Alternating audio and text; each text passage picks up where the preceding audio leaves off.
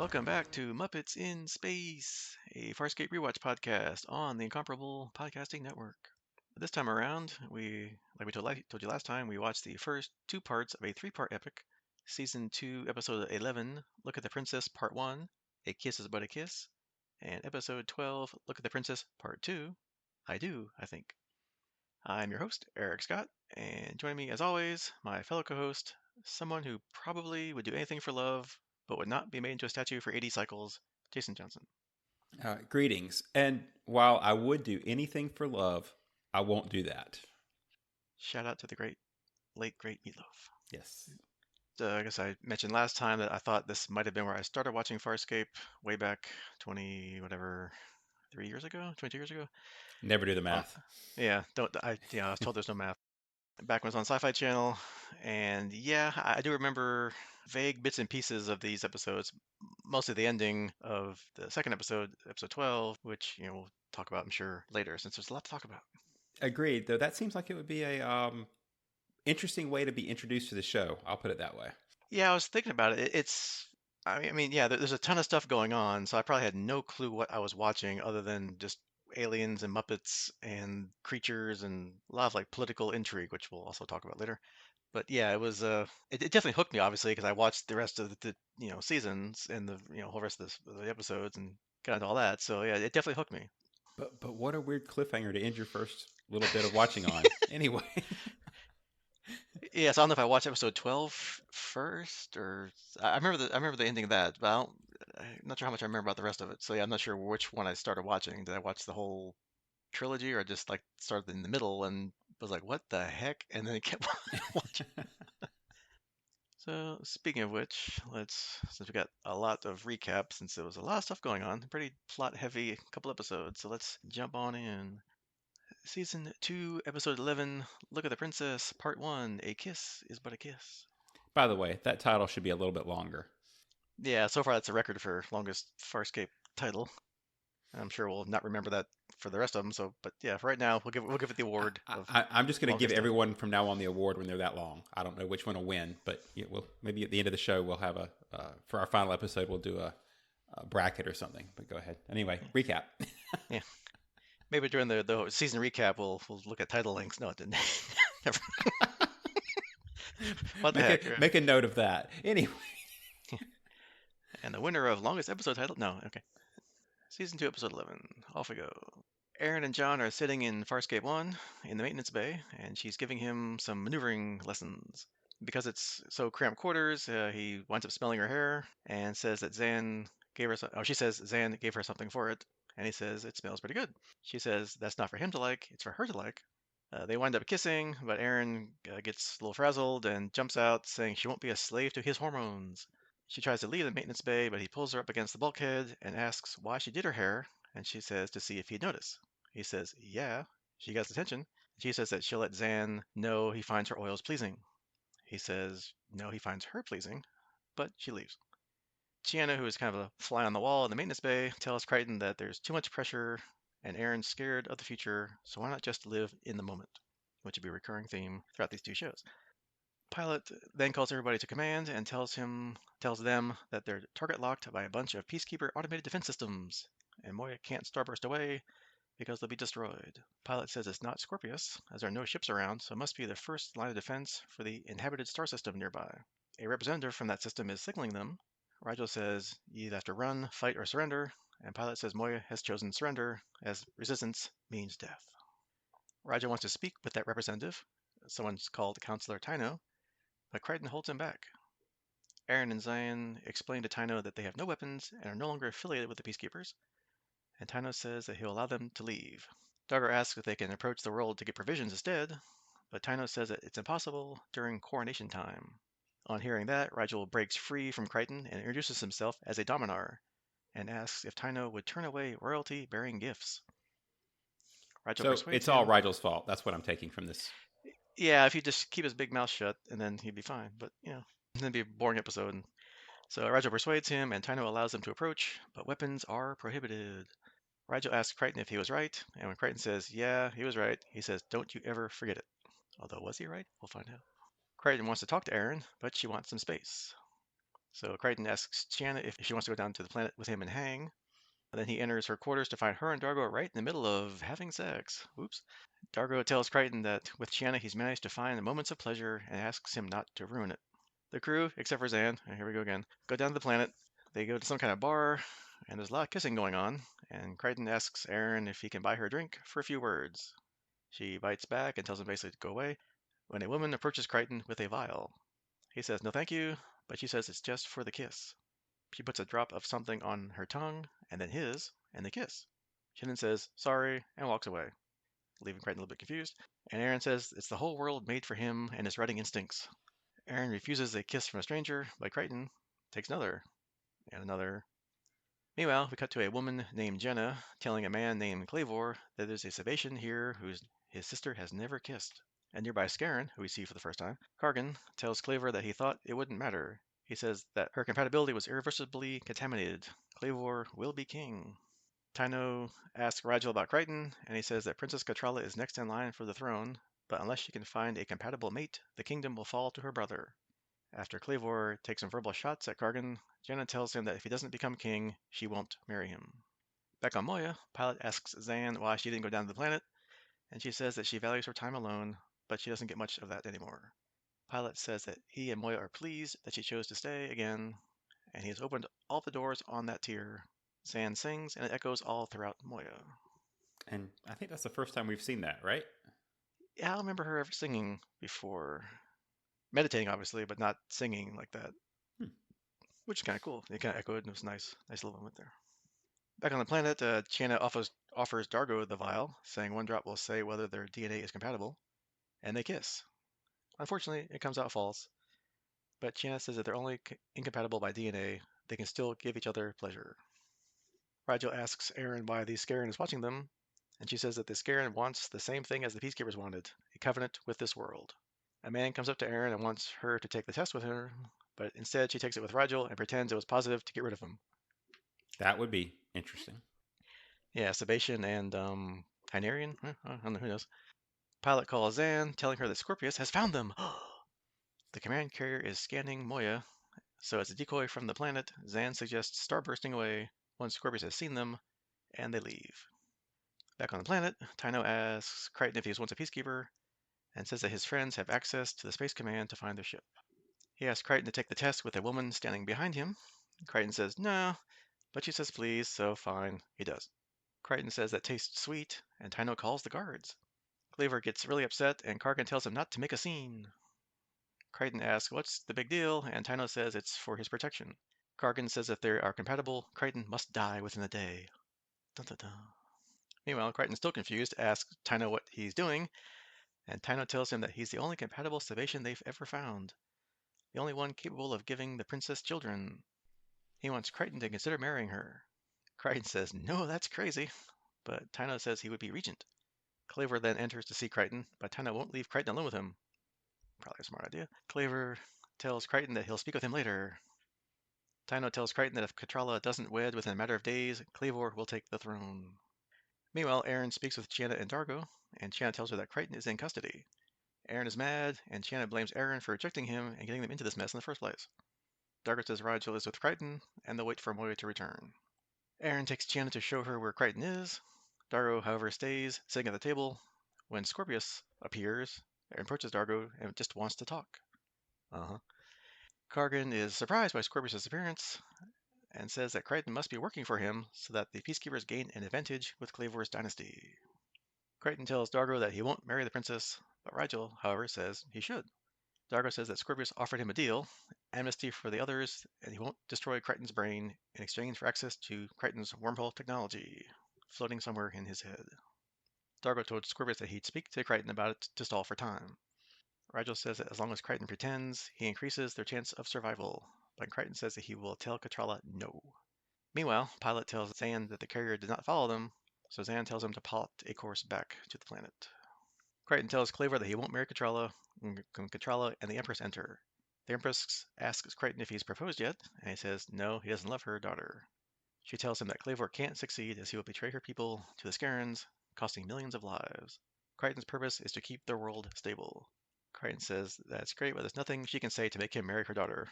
But right then, Scorpius enters, saying that he's been searching for Crichton all this time and tells him to make the right decision. The Empress says it's either her daughter or Scorpius, so Crichton asks Katrala what she wants.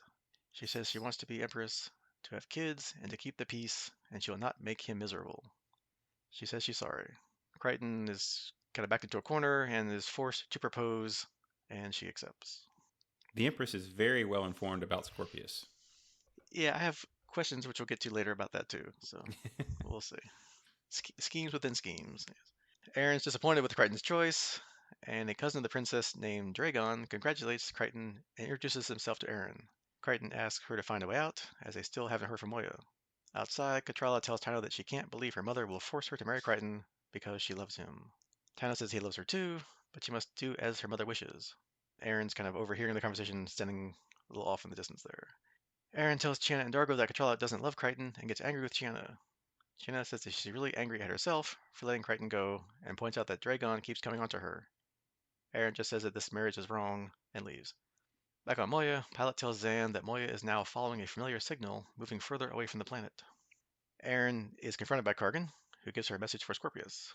He tells her that Scorpius's presence will not be tolerated, and they get into a fight because Aeryn is not forthcoming with information. She's kind of getting dragged across the room, basically, unfortunately, until the Empress interrupts and gives them both stern warnings. Rigel tells Aeryn not to dissuade Crichton from the marriage.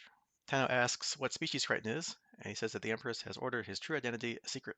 He tells Crichton that Catrala's DNA was poisoned by her brother, he believes with the help of the Scaran. Catrala calls Crichton and through a machine shows him what their son would look like and says that he would be healthy. Crichton is overwhelmed, obviously. Tano says that he must work on the pose for his statue. Crichton poses like the Queen of England, waving, but Tano says it's hardly one he'd like to hold for 80 cycles. Say what? Meanwhile, Kargan tells Clavor that they must assassinate Crichton, but when Clavor argues, Kargan probes both his and Jenna's mind with his Scaran abilities, which we haven't seen Scorpius use, so interesting. We'll get into that later too. Meanwhile, Moy has arrived at some point in space, where it's like almost like a mist nebula, which appears to be alive. Moy is being evasive with Pilot, but he does know what it is: the Builders, Moya's creators. Crichton walks in on Chiana and Dargo doing the wild thing again, and tells Dargo about the statue situation, oblivious to what's going on in front of him, apparently. It's to watch over the people and absorb all the facets of their system, as they can see and hear everything as statues. Dargo says that he must go through with it, but Crichton says that everybody he knows will be dead. But then again, the alternative is Scorpius.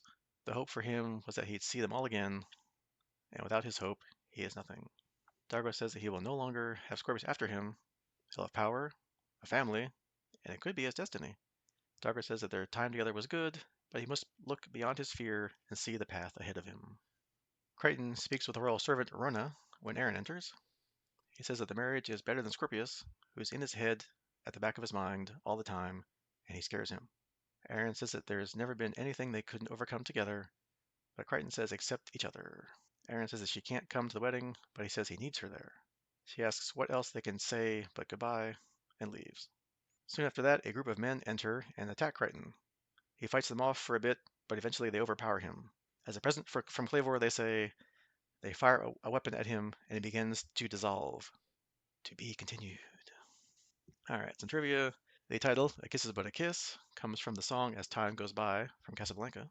The trilogy title, Look at the Princess, comes from an inside joke between Rockne O'Bannon and David Kemper. It had become a gag phrase during production in the first season. Kemper's original idea for the story was a fairy tale that had Crichton getting married, having a child, and being a statue for 80 years. When a freelance writer declined to write the story based on that pitch, Kemper himself decided to write it. The trilogy was originally intended and shot as a two-part episode.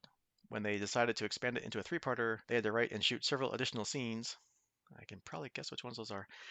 These additional 14 scenes were directed by Andrew Prowse and spaced throughout the 3 hours, but the original two-episode portions were directed by Tony Tilse, or Tilsey, so they shared the credit. The exterior scenes with the Scaran were filmed in the Chinese gardens in Sydney. And finally, during the scene where Aeryn kisses Rigel, Claudia Black's cell phone went off, meaning she had to buy a case of beer for the crew. So I guess that's one of those little actor stage things. I don't know. It's kind of funny. All right, so that was a gigantic recap because it's a gigantic episode. So, what did you think of part one? So, spoiler alert, and we'll probably get into this as we go, but these multi part episodes are pretty much my sweet spot for any time we seem to hit them. So, I thoroughly enjoyed this one, and I can't speak to the third one because we haven't got there yet, but I think that seems to hold true so far. I'll say that. Yeah, because I guess with the multi-parts, obviously they can, you know, do better justice to the story. You know, they have more time to flesh things out. And like I said before, this is a lot to fit into just the first episode. You know, you kind of have to set up all the characters, you know, the main characters, where they're at, supporting characters, even bring on recurring characters like, you know, Scorpius and company. Although I'm still kind of wondering about this guy that keeps hitting on Aeryn. He keeps coming. It's about like 2 or 3 times he came on to her during the whole first episode. So guessing hopefully there's more to him than just like a comedy bit or, you know, jilted lover kind of thing. I don't know. So at least for the first 2 episodes, he's nobody, but we'll see if that develops in the final episode. Yeah, I mean, he does continue. He shows up in the second episode and still going, but yeah, that seems like an odd thing they spend a lot of time with just to be an annoying guy. So we'll see if that comes back. Yeah, because I mean, it's obvious Aaron's not interested in him, at least now. So it's just trying to like set up like the not like a love triangle, but like, you know, her and John aren't getting together, and now John's with Katrala. So is she gonna be like, oh, okay, fine, I'll just go off with him? Like, I don't know. I hope it's not that shallow. I don't know. No, and I think she's pretty much made it clear that she has no intention of that, regardless. So Yeah, sometimes reading into something that's not there. But speaking of something we do know, we know that John and Aaron have already slept together back in the fake John goes back to Earth kind of thing. So they do have feelings for each other. But for some reason, Aaron can't or won't commit to anything more than, I guess, wherever they're at now. Like she wants to keep it kind of wherever the phase, whatever phase they're at now, however you want to call it, right? You know, she keeps making excuses to like not take it further, but yet she does kind of take it further, like with the hair oil. So I guess I'm confused. She's confused. I don't know. It's kind of confusing. yeah, at this stage, I'm not sure what her reasons are. Obviously, the rest of the crew on Moya know that they're close to being a thing. I mean, Chiana pretty much lays it out for them. But at the same time, I don't know what her reasons are. She's just making excuses. But you kind of just got to chalk it up to the writers not feeling like they're far enough into the show to wanting them to hit that point. So we'll just keep going. But yeah, we're definitely getting close, right? I mean, there's not much they can do here, but make a move one way or the other. And when I was watching that, I was kind of thinking of, I don't know if you ever watched Moonlighting back in the 80s with Bruce Willis and Sybil Shepherd, Can't say but that like I how they, did. okay. But they had like, it was like a multi-season show, like it was like a detective kind of thing, but you know, show. They had like a sexual chemistry between the two of them, like would they or won't they? You know, they like each other, but they're just playing off each other. And then when they finally slept together at the end of one of the seasons, it was like kind of like a jumping the shark kind of thing. Like after that, the rest of the show just kind of died. Like it just you know that was the show basically was their chemistry, and that just kind of ruined it. So that's not where Farscape is going because I've obviously seen ahead, but it's just it's not kind of one of those things where it's like they're not going to play it for that. Where it's like they're going to keep that tension going for until the show ends, right? They're going to at some point commit. You know, And that's good because just I don't know, it only qualifies as a spoiler, but a personality trait I have, I guess, is hang up. That's I can't tolerate that. Will they? Won't they? For too long. I mean, if it stretches past a couple seasons, I'm generally kind of frustrated with it. So it's good to know that they don't plan to go that route. And it's a trope, right? I mean, we have that in a lot of shows. I keep thinking of like Castle or take your pick of any of the pairing mismatched male lead, female lead shows that they play this off of. But I generally enjoy when those shows get past that more than I do the setup. and speaking of relationships that are now firmly going, Dargo and Chiana are now a couple for definitely for sure. I'm glad it's working out so far. Even though they're not compatible DNA wise, because that little vial, whatever that is, so they weren't. They don't care. They can still be in love and have fun and enjoy each other's company. So I'm glad for them. I love it. I love that too. It's great that they get past that. Again, they didn't hang on to that. Will they? Won't they? For very long, right? They as fits these characters. These are not like John and Aeryn. These aren't characters who are going to sit around and think about something for terribly long. They're just going to act True. on it. And true to form, they do. I will mention though that I do question the validity of that magic oil. Oh, come on, it's great. It's better than any kind of dating app. You just put oil on your tongues, and if it's sweet, you're perfect. It's better than Tinder and whatever else. I know whatever's out there. I don't know. True, but well, and I say that as somebody has. Let me clarify. Maybe I don't know. Yeah, No right. experience with those apps. However, I will say that I can't get past the fact that as a society that's evolved that heavily, I can't see they just don't do those same marker testings. Some other less, let's say, fluid transfery way, and get it from a more traditional scan. Yeah, but that's boring. You get to have like these soirees, and you get to run around and kiss everybody, and I don't know, whatever.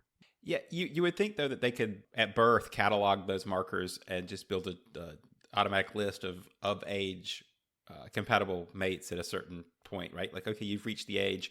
Here's your list of people in this area who are on the planet, whatever, that match you, and let's save some party time. And that would kind of solve the problem that they're having right now of who's compatible with the princess. It's like, well, we just consult the genetic records, and here's the guy over here somewhere. Okay, done. Well, and then it would, I guess it is common knowledge that the princess got her DNA altered. That would obviously show up in the scan if she differs from her original at birth scan, right? Because if they had a before and after, they seem to me to be able to figure out how to fix what went wrong. Yeah, so it's kind of like, well, obviously plot, but yeah, the point of, they do have advanced technology to find out if you're compatible, but maybe not that much to like undo something. Like, 'cause obviously it's not natural because the Scaran or Clavor, with the Scaran's help, somehow poisoned her DNA somehow, right? So, Right, and we'll assume that it's a Scaren's technology that allowed them to alter her DNA and not one of theirs, and that's why they're still hanging on to it. and speaking of said Scaran, we finally get to see what a Scaran looks like. We know what, Scorpius is kind of like the half Scaran, so we kind of know vaguely what a Scaran might look like. We thought, but nope. Looks totally different, which, nice job again by the creature shop. To not in a row, but in the last couple of episodes they've done a good job with the extra creatures. And I guess he's there to try to get this world to get a treaty or become allies with them or something. I don't know. They didn't quite make it too clear, but and obviously they're doing whatever they can do. This is where the political intrigue comes in. They're messing with the DNA. They're trying to pit the one guy against his, who's probably more sympathetic to their causes or bribes or whatever to, become their puppet ruler or whatever, to get this treaty done or whatever. I will say though, I'm not quite sure I follow the dynamic between the Scarens and the Sebaceans. It seems like the Sebacean slash peacekeepers are pretty good at making an enemy of everybody. So I'm guessing that these are supposed to be their particular nemesis. But then that kind of leads to the question of I'm really confused about Scorpius because there's having now seen a full Scaren, I have questions. Yeah, so I'm assuming that the Scarens and Peacekeepers don't like each other, as we kind of seen from other scenes later. So there must be some kind of, I don't know if they've ever been to war with each other, or the Peacekeepers want to keep the peace or control other planets, and maybe the Scarens, obviously don't want that control. So it's just a kind of political rivalry, economic. Who knows? I don't know. Obviously, hopefully they'll explain that as the series goes on. I don't know. Speaking of Scorpius, I did want to jump in with a mention that we also, I can't remember honestly if it's this episode or next, I didn't make a note, but we do get to see his head cylinder exchange again. Hmm. So Yep. Always uh, good. Always odd, creepy. creepy callback to that. I do hope one day we get that explained since I'm not sure if that's a thing to hold his Scaran whatever's in check or if it's something else to do with something else creepy about him. Yeah, because we do see the Scarens have some kind of abilities. Like he pointed his hand at the two Clavor and his Jenna girlfriend or whatever, and something came out or something did something. So can Scorpius do that, or is that just he lost that because he's not full-blooded Scaran? Oh, so maybe there's parts of Scaran physiology that being a half Scaran, you have to somehow keep cool because it's like a cooling rod in his head to keep something cool. So it's like, is he like heating up by not being able to like use that power? I don't know. It's interesting. Hopefully they explain that later. And slight tangent because maybe I missed it. Was that power from his hand? Because I thought he breathed something out, but maybe I just Oh, was looking at it wrong. maybe it was breathing. Yeah, I forget. Yeah. It just But yeah, again, it's some kind of like hazy wave. Yeah, it might have been his breath actually, which is again weird, but okay, fine. yeah, that was even weirder to me. So I was like, wait, how's the, what are we doing here? Yeah. And I guess speaking of our favorite half Scaran, or well, only half Scaran, how did Scorpius get to be there? It seems kind of convenient to for plot, but like were they in the neighborhood because they were chasing John and them, or they were told to go there because the coronation was due or coming up, so they want to try and plead their case to get them to join the peacekeeper side. Uh, I don't think the Queen know who Crichton was, or that they were wanted by the peacekeepers and like called Scorpius over, like, "Hey, I found your guys." So right now, kind of confused. We'll see next episode if that gets any better. But Yeah, I'll revisit this when we get to the next episode because that adds a couple other layers to it. But I'll say at least for this episode that I don't, other than plot, right? I don't understand why Scorpius is there, and I'm just going to again call out how impressive it is that as soon as he arrives, the Queen already has him nailed down, and uses him as a pressure point against John like almost immediately. yeah, and to much effect because Crichton's like, "Oh crap, oh well, Moira's gone. I got no choice. Hey, I'll marry your daughter." So Yeah, the most competent person I've seen on this show at this point, I think, is the Queen. So you know, yep, never let a crisis go to waste. Yep, she's right on it. Yep. Oh, I see you and him have a thing going. Oh, you don't like him? Hey, my daughter, and you have protection. Hey, hey, huh? exactly, chess master right there. And it is kind of hilarious that the Scaran thinks that Crichton and Moya's crew are working with Scorpius. I guess to try to get the peacekeepers, I guess, one up on the Scarans, and of course they just play along because it's just hilarious. Like, we know what's going on, so yeah, sure, you're right. Yeah, Well, and most as true for most villains, right? He sees exactly what he himself would do. So I think that's an awesome in character move, right? That he just assumes that they're doing what he would do in their place. So and yeah, I think we already mentioned that Crichton prints back into a corner. He's got no alternative. They can't escape the planet, so it's either Scorpius or the marriage, and well, that's an easy choice. Although Aeryn does make a good point of, well, just run away, just run away outside the city, and that might work for a little while. I don't know, but then if Moya comes back, how you can get back on Moya?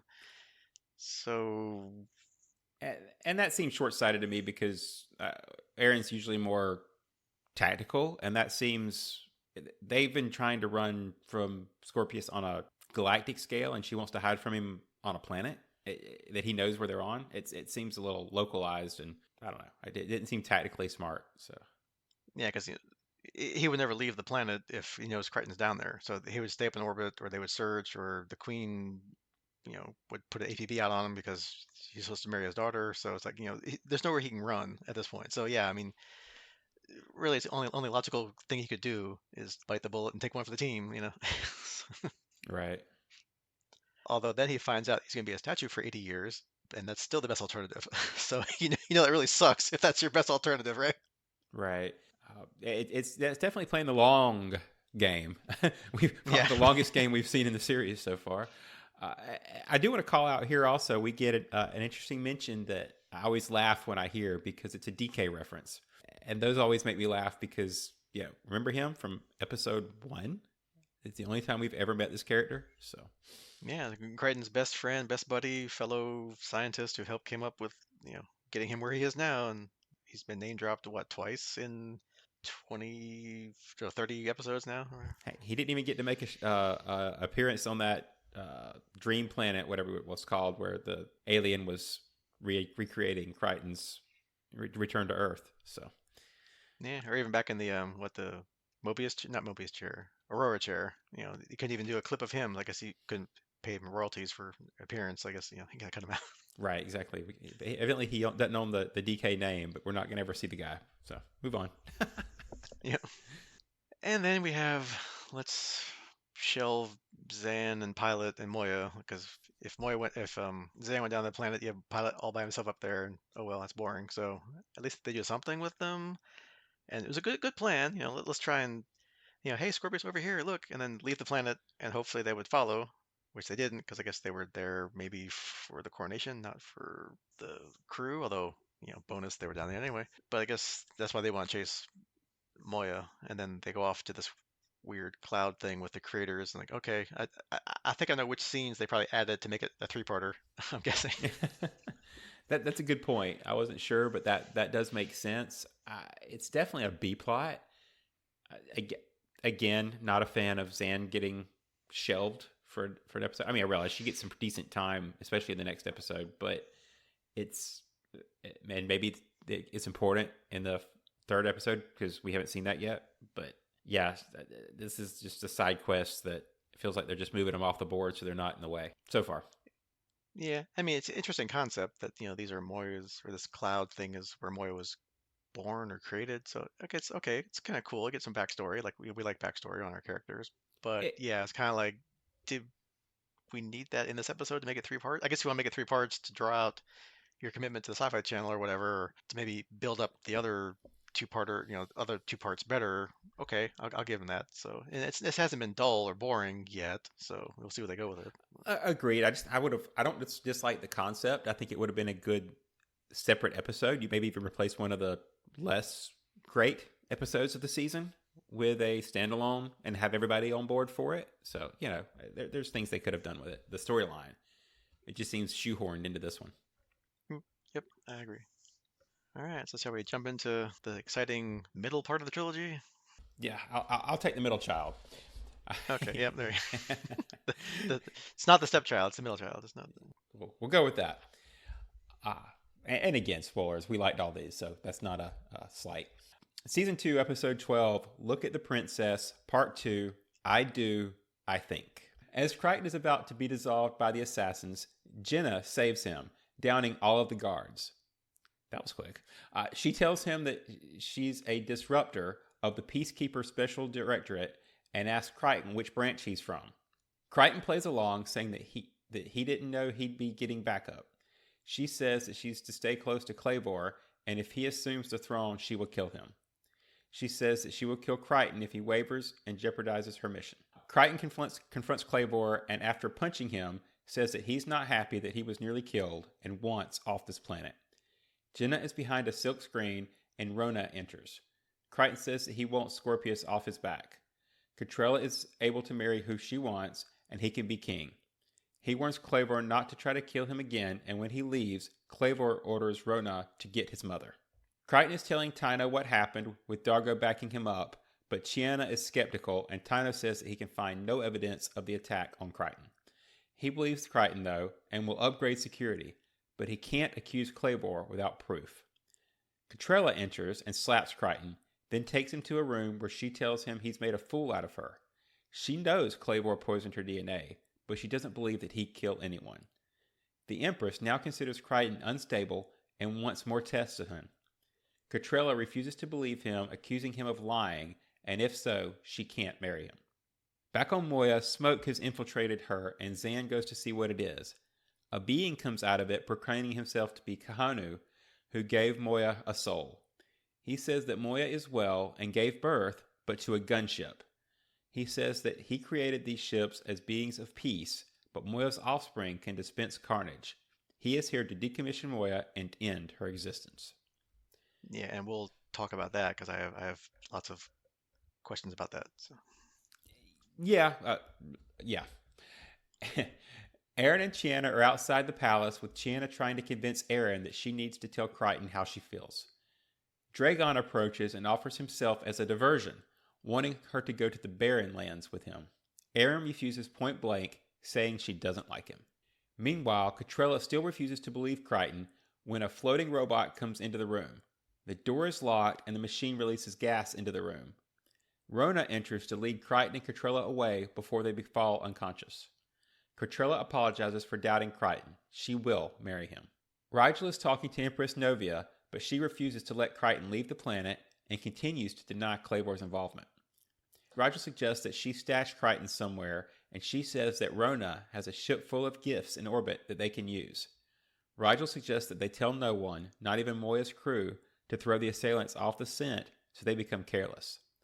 Rigel asks Novia if she trusts Rona, and she says that Rona will not betray them. Really? We cut to a scene where Rona receives money from Scorpius as a down payment for her work, with the rest to come upon the completion of her mission.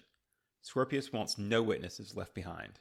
On the transport, Rona gives Crichton the tracking device that Scorpius gave her to stop anyone from knowing where they are going. Meanwhile, cut back to Moya, who's shutting down her systems in sequence as Zan tries to stop her, telling Keanu that all life cherishes life. She's not convinced that Moya is doing this willingly, so Keanu says that he will let her do the convincing. Moya speaks, saying that she's fulfilled and will go willingly in peace, making Zan extremely upset. Back on the planet, Dargo is upset at Rigel for not saying Crichton was leaving, while Tyno says that the transport disappeared and no signal has been received. Dargo thinks it's Scorpius, while Aeryn seems to think it's the Scaran. Chiana goes to speak with the Scaran this time. Crichton wonders why Rona's ship is so far away from the others, and Crichton and Rona discuss possessions because she claims to have none. Meanwhile, Catrella and Jenna are both in the ladies' room when Aeryn comes in and presses both of them up against the mirror, warning them that what will happen if anything happens to Crichton.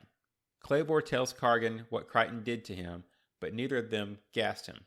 Chiana enters the room and Kargan tells her to leave. She tries to tell them that the Nabari will get retribution if anything happens to Crichton. She leaves and Kargan realizes that they don't know where Crichton is either. Crichton, Rona, and the guards board her ship when the guards are shot. A gun is put to Crichton's head by Lieutenant Braca, who tells Rona to notify Scorpius. The transport is cut loose and Rona wants payment. Scorpius appears as an image and congratulates Crichton. When Rona asks for payment, Scorpius tells Braca to give her something special. Scorpius tells Crichton that Dargo just visited him and doesn't seem to know where he is.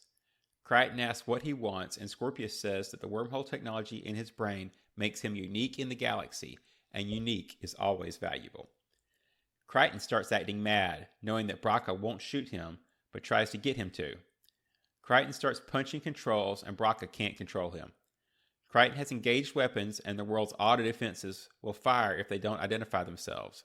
When they don't comply, the defenses fire, and as Braca tries to get control, Rona attacks Crichton and ends up getting electrocuted. Braca calls Crichton insane and leaves the ship with the only spacesuit and helmet. Comms are down when Crichton suddenly hears Scorpius' voice telling him to focus and that he must survive. Crichton picks up a gun, and as the ship is destroyed, Crichton jumps out into open space, using the force of the gunfire to carry him over to the transport pod. Zan summons Keanu and asks him to build pilot a new ship so that he does not perish as well. Keanu refuses and tells her to say goodbye. Crichton is laying on a table with a breathing apparatus on his face. Dargo says that he's spoken with the Empress and she won't do anything. She's put everyone on notice. Crichton asks what he can do, and Dargo says either run away or stay here. He'll back Crichton whatever he chooses. Aeryn enters and Dargo leaves them alone. She says that she's proud of Crichton for being the John she always knew, fighting, resisting, never giving up. Crichton asks if she stopped Scorpius chasing him or convinced the Empress to make him marry the princess. She says there's no reason to get married. Crichton says that 80 cycles isn't that long if it'll stop Claybor from taking the throne and save lives. He says he's tired and asks what he's supposed to do when there's no fight left. Aeryn says that he runs away and asks, "With you?" She says with all of them, together, but at her response, he just lies down on the bed. She says that he can't quit, but he says he just can't go on. Aeryn asks if he's no longer the Crichton she knew, but he doesn't answer, and she leaves. She goes to Dragon and asks him to explore the Barrenlands if he thinks he can keep up. Crichton is left on the bed all alone. Aww. Aww. Pilot tells Zan that Moya has slipped from his consciousness and he will soon follow. He tells Zan not to feel sad. His life was good and Moya was right. They are fulfilled. Zan says it's been a pleasure and Pilot says he's ready now. He has seen the stars. Aww. Oh, it's getting worse. I know. Crichton is in the hall for the wedding and Scorpius tells him that he's making a mistake. Crichton tells him that his one request for a wedding present was that Scorpius be banned from the planet forever, and they said yes. The wedding ceremony takes place with everyone but Aeryn in attendance. When it's over, Crichton asks Dargo where Aeryn was, but Dargo says to forget about her. Crichton gives Chiana recordings for Pilot, Zan, and Aeryn, and Chiana hugs him and says she loves him. Catrella is turned into a statue, and Tyna says that it's calibrated only for Sebaceans, so endure the pain and rule wisely. Dargo says he has good news and bad news. The bad, he's married and he must endure 80 cycles as a statue on a strange world. The good, he and Chiana are having fantastic sex. He and Crichton laugh as Crichton is painfully turned into a statue. Oh. To be concluded next time. A little trivia here. Andrew Prouse referred to this trilogy as a pretty ambitious little episode in a joking manner. He went on to note that Crichton's scene in the Jenkish cockpit was one of his favorites from the show. The original episode of the two-parter would have removed the wedding sequence to fit in the required time. Originally, Dave Elsley was to play Rona. The demand of his work prevented this, however, and Francesca Bueller, Ben Browder's real-life wife, gained her second role on the show. Bueller's inspiration for Rona's voice came from an old BBC record she had of the Beatrix Potter story, The Tale of Ms. Tiggy Winkle. The concept that the builders were formed from steam harkens back to the original idea for the Peacekeepers and that they were going to be steam troopers, soldiers made from steam. Which would have been a really different show if they did that. Yeah, good thing that idea went up in smoke. Um, John's brief trip through the vacuum of space flies in the face of general convention, suggesting that this means instant death. See Dream a Little Dream. This is, in fact, scientifically accurate, as a human being can survive for over a minute in a vacuum. Something I did not know. No, me either. I thought they would like the eyes would explode, or maybe it's just like the Arnold Schwarzenegger on Mars thing. What was that one Total called? Recall. Yeah, where he's outside, his eyes are bulging out of his head. I actually, Although that's not a vacuum. This is like almost a vacuum. I guess if you're there when the vacuum's created, maybe. I don't know. There's some questions. While captured by Braca on Rona's ship, Crichton acts out the self-hostage scene from Blazing Saddles and the scene from Aliens where the character Hudson freaks out. Any thoughts on this one? What'd you think? So again, wow, lots of things going on. It's jam-packed, episode from start to finish. You're not bored, or there's no like filler. Although we can argue about the Zan and Moya thing. And I guess now that we know it's only going to be a two-parter, and I'm kind of glad that they did add the extra scenes and pad things out to make it a three-parter, because it would have been a lot rushed to try and pull this into two parts. So I'm kind of glad that they're taking their time, building things out, giving us a lot of things to think about, and we laugh, we cry, you're running like the emotional gamut here of getting frustrated with Aeryn and John and all that kind of stuff. So I'm glad that they really took their time and just made this so far two amazingly solid episodes. I'll second that. Two-parter. I'll second that. But especially I definitely enjoyed the pacing, and especially if the scenes that got added were stuff like the wedding scene and things like that, and not just the builder stuff. Because again, we could talk about whether it could survive without that. But things like the wedding scene and any other on-planet scenes, there's really not any of those I've seen so far that I would take out. They've all been important or enjoyable or both.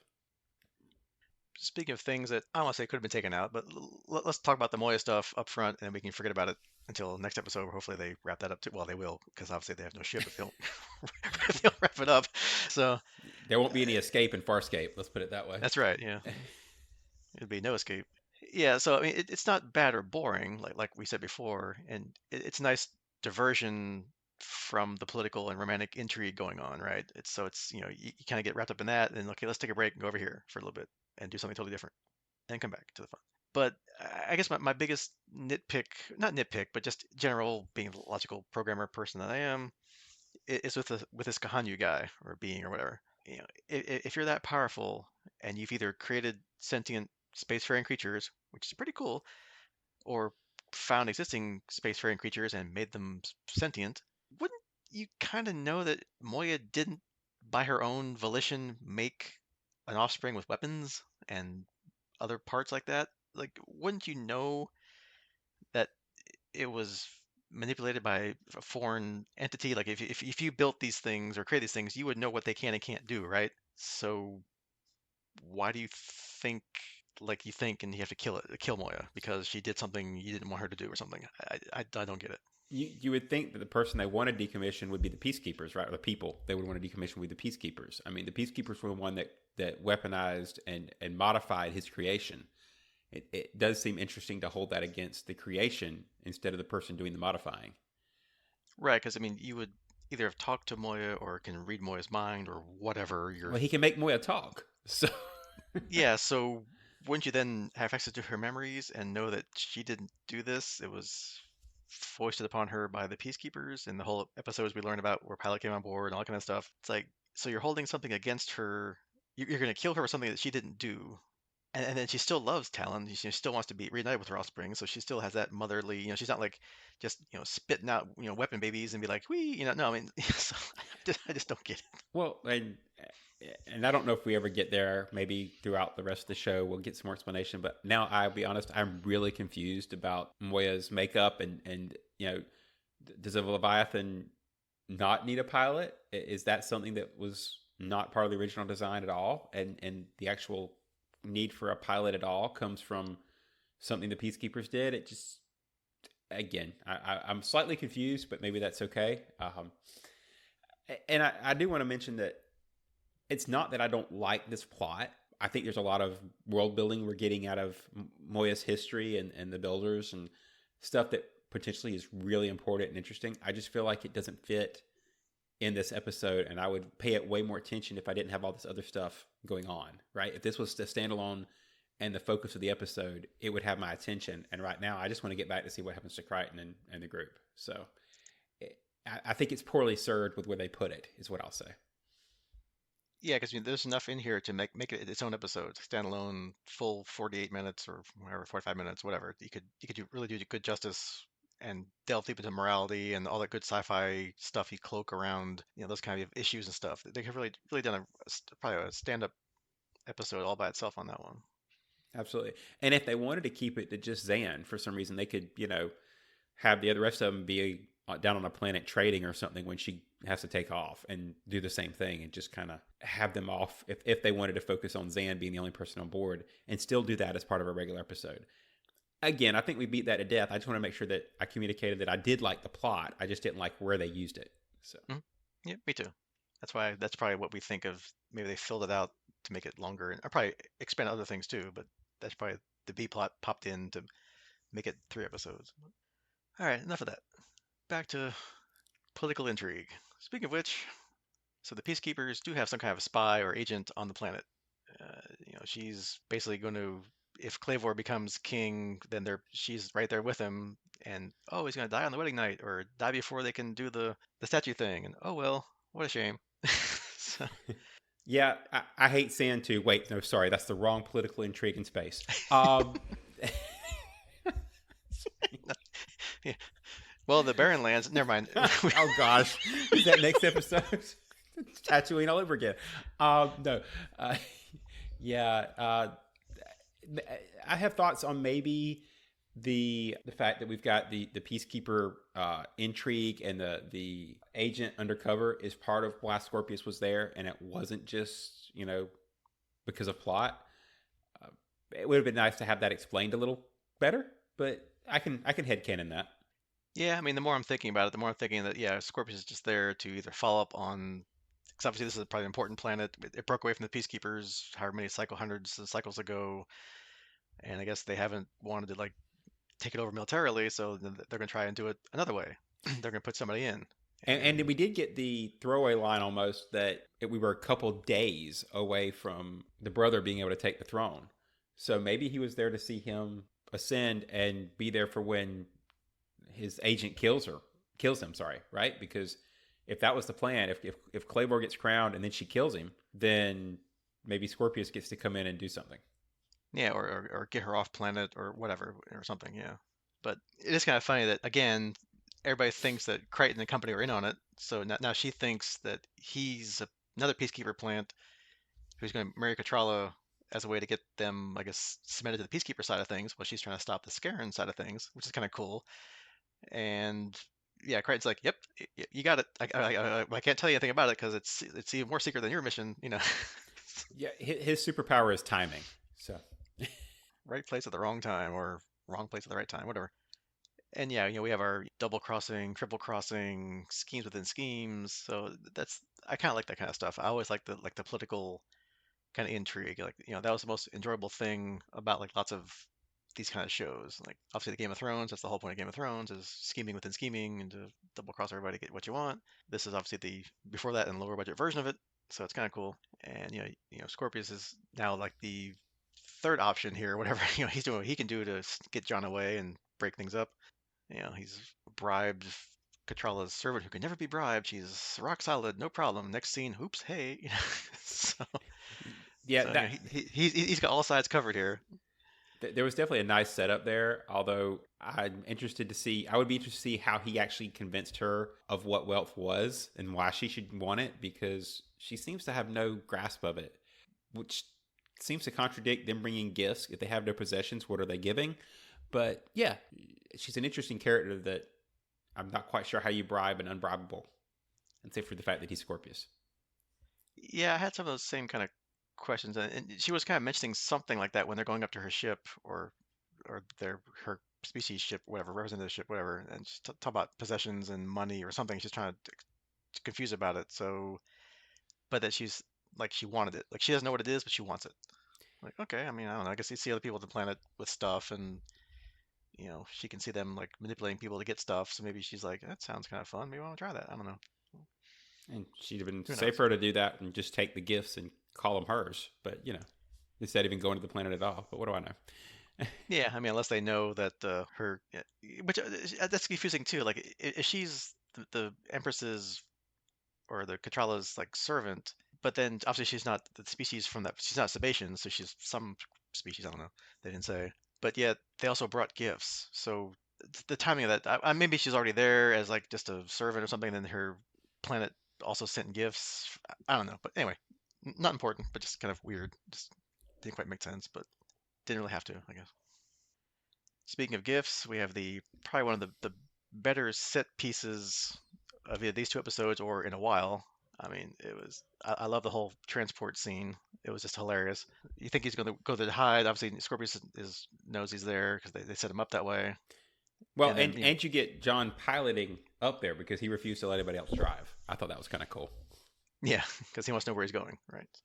He's in control as much as he can be, given what he's being forced to do. But yeah, when Scorpius is like, hey, you're unique, and I want unique because I want just what's in your head. And then Brecca's like, hold the gun on him. He's like, what are you gonna do? Shoot him? It's like you can't shoot. I'm thinking this before John even goes crazy. I'm like, what are you gonna do? Kill him? You can't kill him because if you kill him, then the whole thing's over, right? And John knows that too. And then he like has a whole hilarious freak out scene where he's doing like the Blazing Saddles self hostage thing, where it's like don't move, or he gets it with a pointing his fingers to his head like a gun. I was rolling off the chair because that's one of my favorite, no longer even close to politically correct movies. So, I love Blazing Saddles, Yeah, and then and then he pulls the game over, like the freak out with Hudson from Aliens too. yeah. In true Star Lord fashions, he definitely gets to excel at pulling off the pop culture references. Yeah, it was just the whole set piece was fantastic, and then to finish it off when the ship's disintegrating around him and Brackett leaves with the spacesuit, it's like, well, how's he gonna get out of here? Well, the transport pod's out there. Just jump on out into space and jump over there. You use the gun to shoot yourself over there, and also the explosion probably helped shove him over there. So all in all, that was a fantastic set piece. Probably one of the best ones they've done in a while. So I have a question there because I didn't realize this until we were working on the recap earlier. The voice that he heard was Scorpius at that point. Yeah, I mean, again, having seen the last two seasons, I know I have a good idea what that is, and it'd be interesting to see if this is where it starts. I'll just leave it at that. Okay, that confused me as somebody who has not seen an episode further than we've actually watched for the recaps. And yeah, I'll leave a point there that all right, I'm confused and intrigued, and we'll move on. Yeah, because in the last episode, John says like Scorpius is in his head, and then here he's actually now hears him. So I'm Yeah, interested to see if that was related. I don't know. We'll see. and I wasn't in the best audio spot, so I didn't catch out whose voice that was. So I caught that there was a voice, but it's interesting now that I kind of know whose it was. Right? I'm not reading. I don't have captions on when I watch this. I missed that. So interesting. Yeah, because the comm system was out. Otherwise, John would have called to say, "Don't shoot me, it's me." So yeah, it was not like a transmission. So yeah, so it's interesting. Yeah, Okay. more to come on that. And then we have our Aaron, John. Will they? Won't they? Which we know they're going to eventually. But anyway, so for now, she still can't commit to John, even when John's like, this is it, and she's like, I'm not going to your wedding, or she's like, you have to leave, you have to run away, and he says, with you? Okay, let's commit here, woman. And she's like, with all of us. Like, no. So I mean, obviously, this is building to the final episode where it all wraps up, and hopefully, she he and her, get some agreement or some happy state that they can move along in the relationship. Obviously. Yeah, I'm terrible at predictions. In case we haven't established that, but my expectation is that's where this trilogy is taking us. It's kind of leading us to a point where they can get them together and move to new things to explore. Although I gotta admit that until I was doing the recap, I'd forgotten that Aeryn did go to the Badlands. I remembered her shooting the guy down, but I'd forgotten that she went back after the last conversation with John and told him to try to keep up. So, I guess there's that. We'll see what happens with that next episode too. Yeah, because obviously they went. She's like, okay, well, John's given up, so hey, dude, over here, strange guy, let's go. Okay, I don't know where that's going, but obviously nowhere. But we know that. But anyway, we'll see. And then I guess, as I alluded to way back at the beginning of the podcast, the ending of this episode is what I remember from watching it before. So I remember Crichton being turned into a statue and being like painfully like hunched over and like with his finger, whatever. It was hilarious. So I remember that versus like the cool poses he was trying to do, like with the double victory sign, whatever he was trying to do with it before he got zapped into the wonderful pigeon crawling statue that he'll be there for 80 years. So Yeah, it was Chekhov's pose for sure. With the earlier mention of him thinking about heroic poses, I hate we missed the opportunity to have him waving in the Queen's wave for the 80 years, but we get what we get. yeah, I guess the wave wouldn't have worked out too well because it's not like a 3D. It's a 3D, but it's not like a animatronic. It's not like his hand's not gonna be moving for 80 years. So. No, but still, we'd have got the But reference. yeah, I mean, I'm sure he figured it'd just be a hologram, not a real statue, right? He didn't know that until it's like, say what now? Well, there's a statue, and then there's a you're the statue. That's two Yeah, different things. it's a whole different concept, yeah. And especially to be like sentient and aware for 80 years, that And in pain. would, yeah, that would probably drive anybody insane. I mean, even if you weren't in pain, just sitting there, not being able to move, breathe, and you're looking, wherever they point you, you know. Well, and think of how many people you're going to see pass away at 80 years too.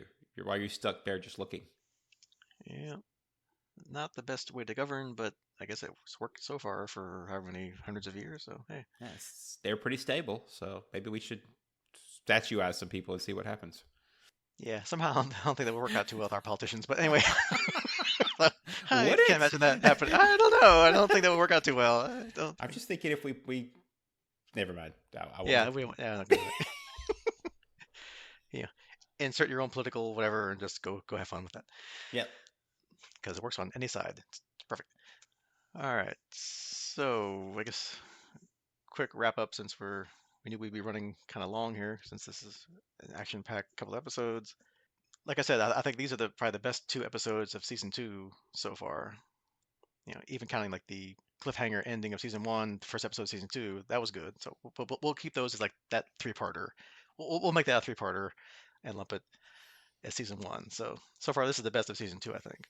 Love the political intrigue. Always love that kind of stuff, especially with sci-fi kind of stuff when you start lumping that kind of stuff into it. I love how the crew just acts clueless and just goes with the flow. Like, yeah, I'm working with the Scarens. Yeah, I'm working with the Peacekeepers. Whatever, sure. Yeah, and let the people make up their own minds and kind of solve their own problem without committing anything. I love it. We finally get to see what a Scaren looks like, which was cool. So now we kind of can speculate on what Scorpius is or isn't, or what he can and can't do. Speaking of which, Scorpius back. Yay! And he's still that sleazy, arrogant, scheming person that we've known and loved for these last couple episodes that we've seen him in. And of course, we have romantic tension between Aeryn and Crichton. Will they or won't they? We know they will, but it's just a matter of how they get there. And they know tension at all. Dargo and Chiana romance. So, I will second all of that. Not much to add. I'm a big fan of multi-parters. This seems to hit all those sweet spots I mentioned earlier. Yeah, you laid it out pretty well. I think we're moving into this next episode with high hopes and great expectations. yeah, so now having given it all this big applause and gushing of emotions that we loved it, they better bring it home, man. Yeah, they got to land this plane. They better come messed in. it up now. Yeah. All right. Speaking of which, so next time we have season 2, episode 13, Look at the Princess, part 3, The Maltese Crichton. Longest title yet. Yeah, that might. Yeah, it might be. Have to get a character count. We need some character counts. Yeah. Yeah. and episode 14, Beware of Dog. And I guess, well, we can't really play the guessing game about part 3 here. Obviously, the Maltese Crichtons have play on the Maltese Falcon, since Crichton's a statue. Haha. Other than that, no idea. Otherwise, but we do know all the hanging plot threads that they have to, get rid of, wrap up, or continue like they do in callbacks later, or who knows. But so, obviously Crichton can't be a statue. He has to get free somehow. Who's gonna marry Katrala? I'm assuming she will get married and not have the sleazebag brother become king. But who's gonna marry her? Is it gonna be Tyno? That weird cousin that keeps hitting on Aeryn? Like, that's cousins, royalty cousins marrying is not anything new. I mean, that's the entire European royal family is all related, so that's nothing out of the ordinary. But there's got to be happy endings. I mean, you build this thing up, it's got to end happily, and Aeryn and John have to commit and move on. So we have to wrap all that up. I think if I had to make a guess, and this is where I'm gonna go crazy, I'm thinking that the cousin question mark that Aeryn went to the Badlands with is going to end up leading like some kind of freedom resistance. He's going to actually end up being important, and they're going to figure out how to fix Katrala's DNA, and she can or break the system either way, and she ends up marrying Tyno. That's my pick. Okay. From the title, Maltese Crichton, that makes me think there will be a heist of some kind because I've never seen it, but I would think the Maltese Crichton. I might say, ha. I think the Maltese Falcon was a detective slash investigation type thing. I wonder if there's a heist slash search for a Crichton statue. Something needs to happen there, so he can be the Deus Ex Machina for them to search for. Okay. We'll see. I don't know. I don't remember that episode at all. So I remember him being a statue. That's it. So I remember him being a statue. But I'm gonna laugh and if you then totally skipped that episode and you yeah, watch it. You're like, I did not see any of this. I might. Who knows? I mean, I don't remember half some of the stuff. So we'll see what tickles the memory. And then finally, Beware of Dog. Okay, well, I mean, that's usually a sign they put up for like if you're guarding something or trespassing somewhere. So it's just like some kind of guardian that's not dog-like or like a dog or that kind of guardian creature. Are they trespassing like somewhere they shouldn't be? Are they stealing something from somewhere they shouldn't be? Or I don't know, they pick up somebody and their guardian creature and something happens and it goes after the crew. I don't know. That's all I got. Yeah, I'm with you there. I'm leaning towards the latter. I'm almost thinking it's been a while since we had a big ship episode where everything was kind of bottled on Moya. At least it feels that way because we've had some pretty big planet side stuff. So I kind of get a feeling we're going to have some dog slash monster episode on Moya. But again, expecting me to be wrong. Yeah, and after these big three-parter here with lots of extras and people and stuff, they probably want to go on the cheap. So maybe a bottle type show with a limited guest cast, stuck on Moya somewhere or something. So Yeah. could be. And they've done a lot of good creatures lately, so maybe this is another good creature shop moment where they build some kind of like fantastic, future space dog guardian thing. I don't know. Is it the Keymaster and the gate? Anyway, go ahead. Yeah, it's not Zool. I forgot what the It's always Zool. yeah. All roads lead to Zool. That's right. All right, so that is your homework for next time, episodes 13 and 14 of season 2. And we'll see you next time. Goodbye.